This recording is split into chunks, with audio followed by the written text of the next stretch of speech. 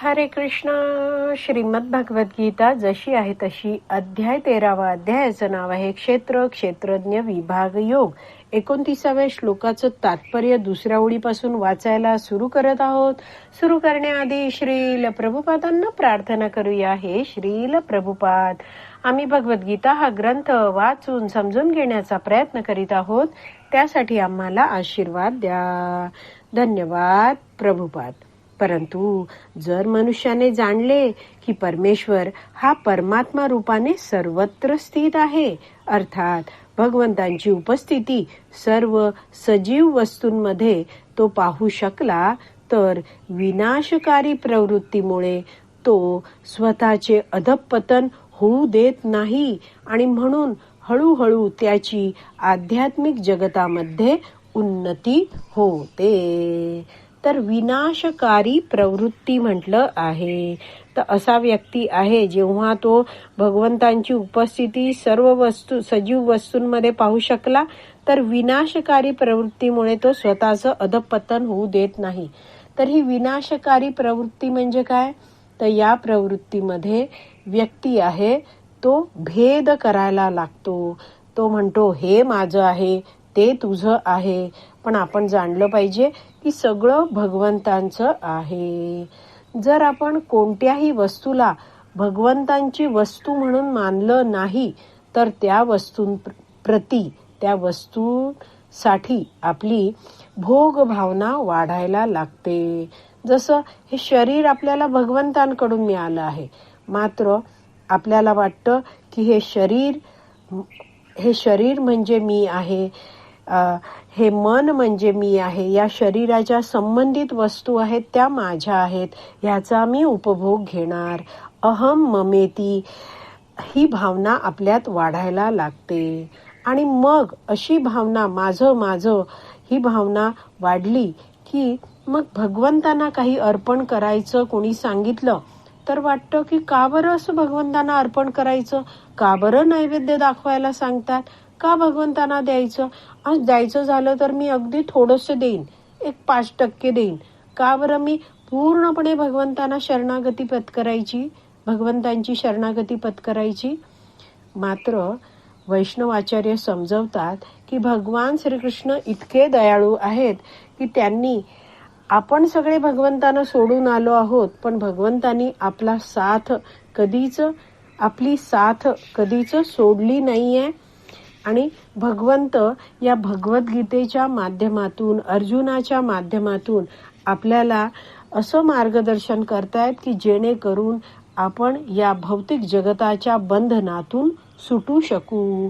आणि म्हणून भगवद्गीतेच्या 9.27 या श्लोकात भगवंत अर्जुनाला सांगतात, यत करोषि यत अश्नाशी यत जुहोषि ददासी यत तपस्यासी कौंतेय तत्कुरुष्व मद अर्पणम. हे कौंतेया, तू जे जे कर्म करतोस, जे जे खातोस, जे जे हवन करतोस किंवा दान देतोस, तू जे तप करतोस ते सर्व तू मला अर्पण कर. आणि भगवंत 28व्या श्लोकात 9.28व्या श्लोकामध्ये म्हणतात की याप्रमाणे कर्मबंधने तथा कर्मबंधनांच्या शुभ अशुभ फळांपासून तुझी सुटका होईल. 9.27 मध्ये सांगितल्याप्रमाणे व्यक्ती वागला तर भगवंत पुढे 9.28 मध्ये सांगतात, तुझी या कर्मबंधनाच्या शुभ अशुभ फळांपासून सुटका होईल. आणि म्हणून वैष्णवाचार्य आपल्याला समजवतात की आपल्याला भगवंतांसाठी कार्य करायला हवं. पण जर भगवंतांनी सांगितल्यानुसार आपण कार्य केलं नाही, त्याच्या विरुद्ध वागलो, तर ती आपली कशी प्रवृत्ती आहे? विनाशकारी प्रवृत्ती आहे. इथे पुढे आपण वाचलं की आणि म्हणून हळूहळू त्याची आध्यात्मिक जगतामध्ये उन्नती होते. तर आध्यात्मिक जगतामध्ये उन्नती कुठच्या कारणामुळे, कुठच्या कार्याने होऊ शकेल? तर जेव्हा आपण भक्तांकडून जाणतो आहे, मार्गदर्शन घेतो आहे, नेहमी नियमितपणे अधिकृत गुरुशिष्य परंपरेतून वैदिक शास्त्राचं श्रवण करतो आहे आणि भगवंतांची भक्ती करायला लागतो आहे, तेव्हा व्यक्ती जाणतो की सगळं काही भगवंतांपासूनच प्रकट झालं आहे. सगळ्या गोष्टी या भगवंतांच्याच आहेत. सर्व गोष्टींचा वापर मला भगवंतांच्या सेवेत करायचा आहे. काया म्हणजे शरीर, वाचा म्हणजे वाणी, बोलणं आणि मनाने मला भगवंतांची सेवा करायची आहे. असं जाणलेला भक्त आहे तो भगवंतांच्या विविध सेवांमध्ये मोठ्या प्रेमाने, उत्साहाने, आनंदाने मग्न होतो आणि मग त्याची आध्यात्मिक प्रगती, आध्यात्मिक उन्नती व्हायला लागते. आणि म्हणून श्रील प्रभुपाद इथे लिहित आहेत की असा व्यक्ती आहे, हळूहळू त्याची आध्यात्मिक जगतामध्ये उन्नती होते. आता पुढे वाचूया. मन हे सामान्यतः इंद्रिय तृप्ती करण्याच्या अधीन झालेले असते, परंतु मन परमात्म्यावर एकाग्र होते तेव्हा मनुष्याची आध्यात्मिक ज्ञानामध्ये प्रगती होते. तर जेव्हा आपण भगवंतांबद्दल अधिकृत गुरुशिष्य परंपरेतून नियमितपणे श्रवणम करायला सुरुवात करतो, ऐकायला सुरुवात करतो, तर त्याला इंग्रजीत म्हटलं जातं beginning of an end. Beginning of an end म्हणजे काय?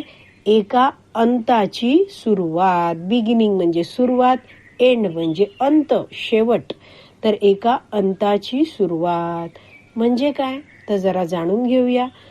जीव आहे तो जन्म मृत्यू जरा व्याधीच्या चक्रात विविध शरीर प्राप्त करत फिरत असतो, एवढं आपल्याला कळलंय.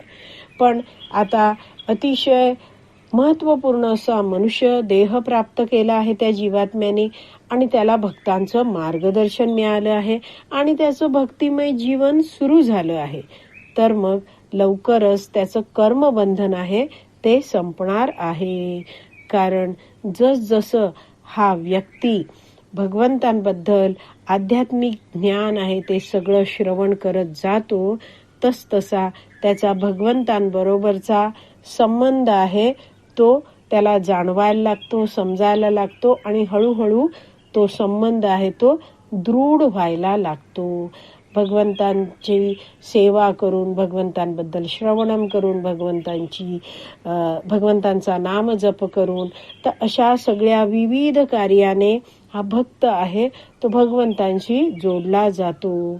तर असा भक्त आहे तो भगवान श्रीकृष्णांना आपल्या जीवनाचं केंद्रबिंदू बनवतो आणि प्रत्येक कार्य हे भगवंतांच्या संतुष्टीसाठी करायला लागतो.